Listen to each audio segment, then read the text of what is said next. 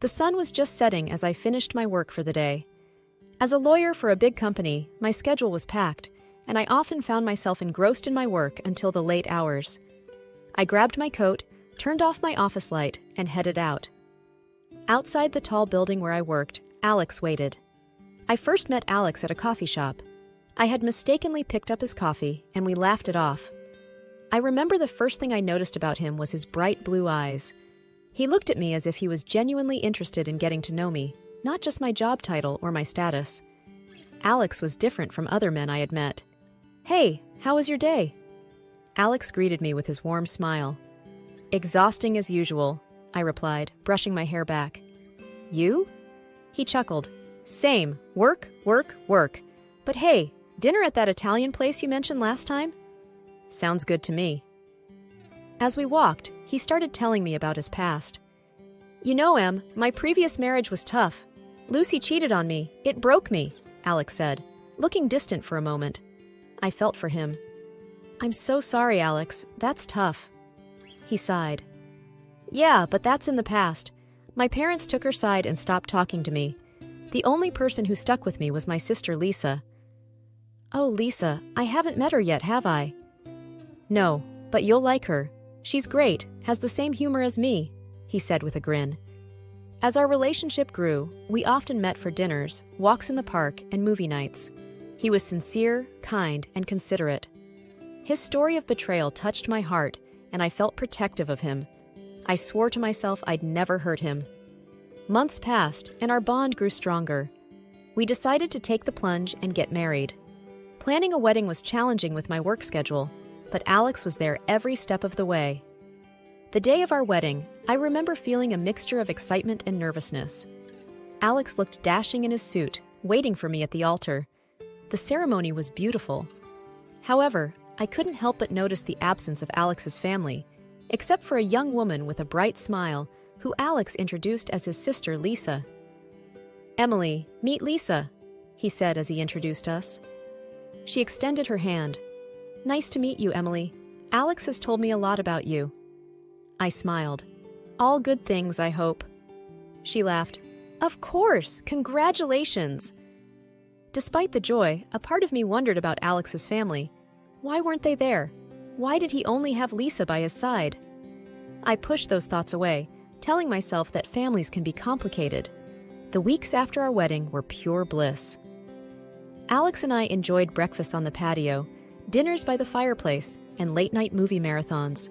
The comfort and ease between us grew stronger with each passing day. But things took a turn when Alex came home from work one evening, looking quite troubled. "Emily," he began hesitantly, "there's something I need to discuss." "What's wrong?" I asked, my heart rate increasing a bit. "It's Lisa," he replied. "She's going through a rough patch. Her boyfriend has been abusive, and she needs a place to stay." I was taken aback. "Oh my goodness, that's terrible. Of course she can stay with us." "Are you sure?" Alex asked, looking relieved. "Absolutely. She's family, and we should help her out." The next day, Lisa moved into our guest room. She looked different from when I had last seen her on our wedding day. There were visible bruises on her face and arms, and she looked utterly defeated. "Hey, Lisa," I said, trying to sound upbeat. "I'm so sorry to hear about what happened. Please know you're safe here." She smiled weakly. "Thanks, Emily. It means a lot to me." As the days went by, I noticed Lisa and Alex spending a lot of time together. They'd laugh, chat, and sometimes even cook together. It was nice seeing them bond, but sometimes it felt like I was the third wheel in my own home. One evening, after dinner, I decided to bring up my concerns with Alex. "Alex," I began cautiously, "I'm glad Lisa is here and we're able to help her out, but—" "But?" He prodded gently. "I sometimes feel a bit left out," I admitted. "You both seem so close, and I just wish I could be a part of that." Alex looked thoughtful for a moment. "I understand where you're coming from, Em, but Lisa and I have shared a lot over the years. I promise, though, I'll make an effort to ensure you don't feel this way." The next day, Alex planned a movie night for the three of us. It was fun, filled with laughter, popcorn fights, and reminiscing about old times. Lisa shared stories from their childhood, and I felt more included. Yet, A small seed of doubt had been planted in my mind. I noticed the whispered conversations they'd have when they thought I wasn't around, and the way they'd sometimes go silent when I entered a room. I tried to dismiss it as sibling closeness, but something didn't sit right. One evening, I decided to approach Lisa. "Lisa, can we talk?" I asked as I approached her in the garden. She looked up, slightly startled. "Sure, what's up?" "I've noticed you and Alex have a very close bond, which is great, but sometimes it feels like you both share secrets I'm not a part of. It's probably just my imagination, but it makes me a bit uncomfortable." Lisa sighed. "Emily, I understand, but you need to know that Alex and I have been through a lot together. It's not that we're keeping secrets from you. It's just some things from the past we occasionally discuss."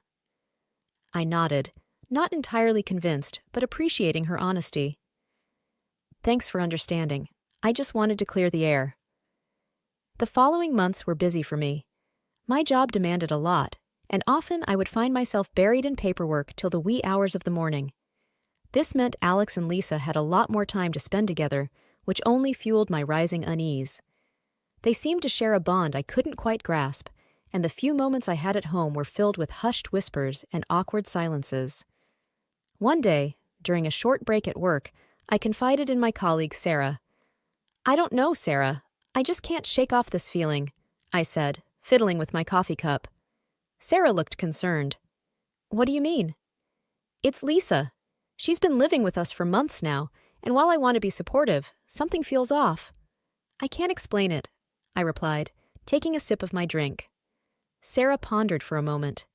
"Have you talked to Alex about it?" I nodded. "Yes, but he dismisses it. He says I'm reading too much into things. Maybe I am." Sarah leaned in, lowering her voice. "You know, if you really want to ease your mind, I have a friend in the police department.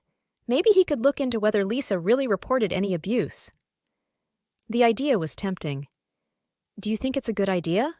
I don't want to breach her trust." Sarah shrugged. "It's just to give you peace of mind. If there's a report, then you know she's being truthful.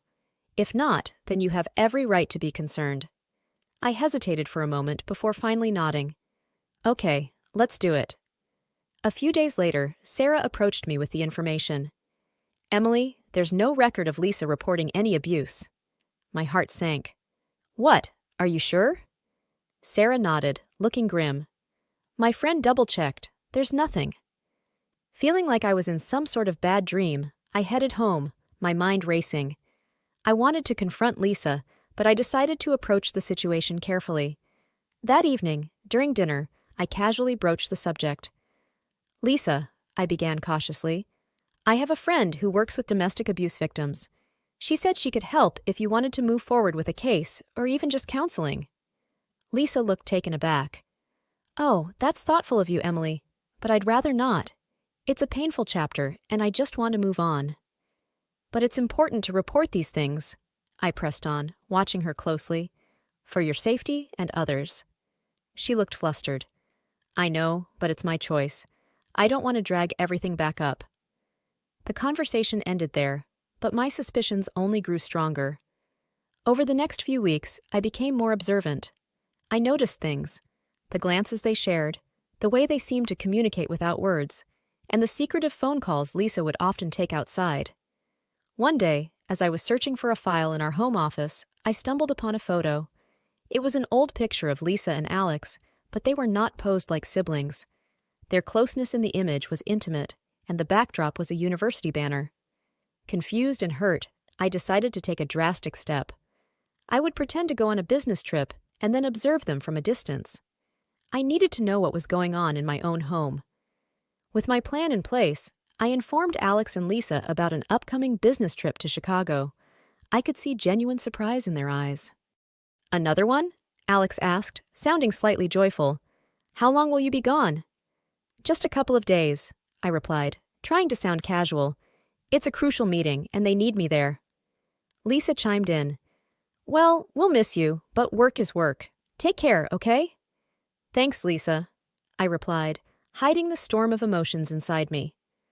The following day, I packed a small suitcase and drove to the airport, but instead of boarding a plane, I rented a car and checked into a nearby motel.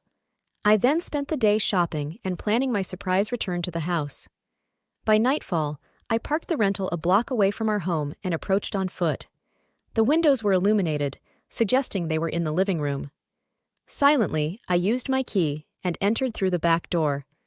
I tiptoed towards the bedroom, and what I saw next left me reeling. There, in our bed, lay Alex and Lisa, wrapped in each other's arms. The betrayal stung deeply. "It's your own sister!" I screamed, unable to contain my shock and anger. Both of them jolted upright, panic evident on their faces. "Emily!" Alex exclaimed, jumping out of the bed. "This isn't what it looks like." I scoffed, tears filling my eyes. "Really? Because it looks like you're in bed with your sister." Lisa, clutching the sheets around her, tried to find her voice. "Emily, let us explain." "Explain?" I shouted. "How can you possibly explain this?" Alex took a deep breath. "Lisa is not my sister. She's someone I've known since university." My mind raced. The photo, their closeness, the secrets. It all made sense now. "So, all this time you lied to me? About everything?" I questioned, trying to grasp the magnitude of the deception. Lisa finally spoke. "We didn't plan for it to go this far, but when we met you and you were so kind and generous, we just went along with it." I looked at Alex, searching for some sign of remorse. "Why, Alex? Why did you marry me if you loved her?" He looked down, guilt evident in his eyes. "I thought I could move on from her. You were everything I ever wanted, but old feelings, they resurfaced." Fighting back tears, I said, "You both betrayed me. In my own home. I can't even look at either of you." I turned and left the room. The next morning, I sat in the office of my good friend and fellow lawyer, Jenna. She had always been a pillar of support, and I knew I could trust her with my situation. Jenna looked at me, her face a mixture of concern and anger. "Emily, this is just unbelievable. How could they do this to you?" "I was a fool," I muttered, my gaze fixed on the floor. "I believed him, trusted him." She leaned forward, taking my hands in hers. "It's not your fault. He's the one who lied." I took a deep breath. "I want to take this to court, Jenna. I need to make sure they pay for what they've done." Jenna's eyes narrowed with determination. "You have every right to. Let's go over the details, and we'll build the strongest case possible." Over the next few weeks, Jenna and I delved deep into the laws concerning fraud and deception in marriages. I was determined to ensure Alex faced the consequences of his actions. One evening, Jenna called me with some news. "Emily, I've managed to get in touch with Alex's ex-wife. She's willing to help us." A rush of relief and gratitude filled me. "Thank you, Jenna. This could be the key we need." A few days later, Alex's ex-wife, Marianne, came to meet me. She was a petite woman with a steely determination in her eyes. "Emily," she began, extending her hand, "I'm so sorry for what you're going through. Alex has a history of deceit, and I experienced it firsthand." I nodded, taking a seat across from her. "Tell me everything." She sighed. "We were in love, or so I thought. But then I found out about his affair with Lisa. When I confronted him, he painted me as the villain, told everyone I was the one cheating." Tears glistened in Marianne's eyes. I was left with nothing. I squeezed her hand gently. "Together, we can ensure he doesn't hurt anyone else." A determined look crossed Marianne's face. "I still have all the evidence. Text messages, photos, everything. We can use it in court." Our strategy was becoming clearer. With Marianne's evidence and my testimony, we had a robust case against Alex. In the midst of our planning, Jenna received a surprising call. "Emily," Jenna said, her face pale, "it's Alex's parents. They want to meet you." The next day, I found myself face to face with two elderly individuals, their faces lined with age and sorrow. "Mrs. Clark," began the father, his voice quivering, "we're so sorry. We tried to warn you, but we didn't know how." The mother, tears streaming down her face, added, "We disowned Alex after what he did to Marianne, but we never imagined he'd do something like this again." Their words only fueled my determination. "We're taking this to court. He won't be able to hurt anyone else." The day of the trial had arrived. My heart raced as I entered the courthouse, Jenna by my side. The courtroom was filled to capacity, a testament to the gravity of the case and the scandal surrounding it. As I took my seat, I saw Alex and Lisa across the room. They were huddled together, whispering amongst themselves. Alex glanced in my direction, a flash of guilt crossing his eyes. Jenna leaned over and whispered, "Stay strong, Emily. We've got this." Before I could reply, the judge entered the room and everyone fell silent. The trial began with opening statements. Jenna presented our case powerfully, laying out the web of deceit spun by Alex and Lisa. Their lawyer tried to paint a picture of a simple misunderstanding, but the skepticism in the room was palpable. The real turning point came when Marianne took the stand. She spoke calmly and clearly, recounting the betrayal she'd faced at Alex's hands. "I loved him," she said, her voice breaking slightly. "But he took everything from me, my reputation, my self-worth." She then shared the evidence she had kept, text messages, photos, and even a letter from Alex confessing to his lies. Alex's lawyer attempted to discredit Marianne, implying that she was bitter and out for revenge. But her dignity and the evidence spoke for themselves. After Marianne, it was my turn. I told the court about my relationship with Alex, our whirlwind romance, and the gut-wrenching betrayal I had felt when I discovered the truth. I spoke about how I had opened up my home and my heart, only to be repaid with deceit. Lisa was called to the stand next. She seemed nervous, often stumbling over her words. When Jenna questioned her about their relationship, she admitted, "Yes, Alex and I have been in a relationship for years, but we never meant to hurt anyone." Jenna pressed on, "So why lie about being siblings? Why weave such a complicated web of deceit?" Lisa looked down, tears in her eyes. "I love him. I'd do anything for him. But I know now that what we did was wrong." Finally, it was Alex's turn to testify. He looked defeated, a stark contrast to the confident man I had once known. "Why did you do it, Alex?" Jenna asked pointedly. He sighed. "I thought I could have it all. Emily's love and support, and Lisa's companionship. I never thought it would all unravel like this." The cross-examination was intense, but Alex's admissions left little room for his defense to maneuver. The closing arguments were passionate. Jenna made a compelling case for the pain and suffering caused by Alex and Lisa's actions. Alex's lawyer tried to argue that no real harm had been done, but it was clear the jury wasn't buying it. As the trial concluded and the jury went to deliberate, I felt a mix of relief and anxiety. I had done all I could. Now it was in the hands of the jury. Hours seemed like days, but finally the jury returned with their verdict. The tension in the room was palpable. The forepersons stood up. "We find the defendants, Alex and Lisa, guilty of fraud and intentional infliction of emotional distress." After the trial, there was a whirlwind of media attention. Reporters wanted interviews, and people I barely knew reached out with messages of support. But I was done with the spotlight. I wanted to move on. I wanted a fresh start. One evening, Jenna and I sat on my porch, sipping tea and discussing the past events. Jenna looked at me with a concerned expression. "Em, I know you want to move on, but you can't just suppress all that happened. You've got to process it." I looked out into the distance. "I know, Jenna. But every time I think of Alex and Lisa, I feel this burning rage. I want to forget them and everything associated with them." She sighed. "It's natural to feel that way, but running away from it won't help. Maybe you should consider therapy? It could help you work through those emotions." I nodded. "I've thought about it. I'll give it a try." A few days later, I met Dr. Carter, a renowned therapist. During our first session, I recounted my story, and she listened patiently. When I finished, she said, "Emily, you've been through a traumatic experience. It's okay to feel angry, sad, or any other emotion. But remember, healing takes time." In the weeks that followed, I immersed myself in therapy. Slowly, I began to understand and accept my feelings. I learned that healing wasn't about forgetting, but about finding a way to live with the memories without letting them control me.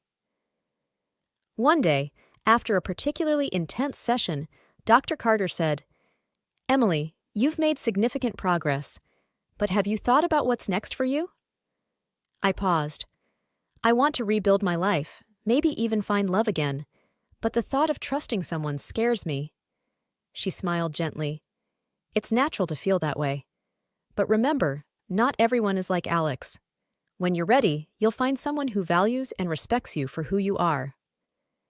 Months passed, and I threw myself into work, taking on challenging cases and fighting for justice. My reputation as a tenacious lawyer grew, and so did my confidence. One evening, while working late at the office, I heard a knock on my door. I looked up to find Mark, a fellow lawyer whom I'd worked with on a few cases. "Hey, Emily, working late again?" he asked with a warm smile. I smiled back. You know me, always chasing deadlines. Mark chuckled. "Want to grab a coffee? Take a break?"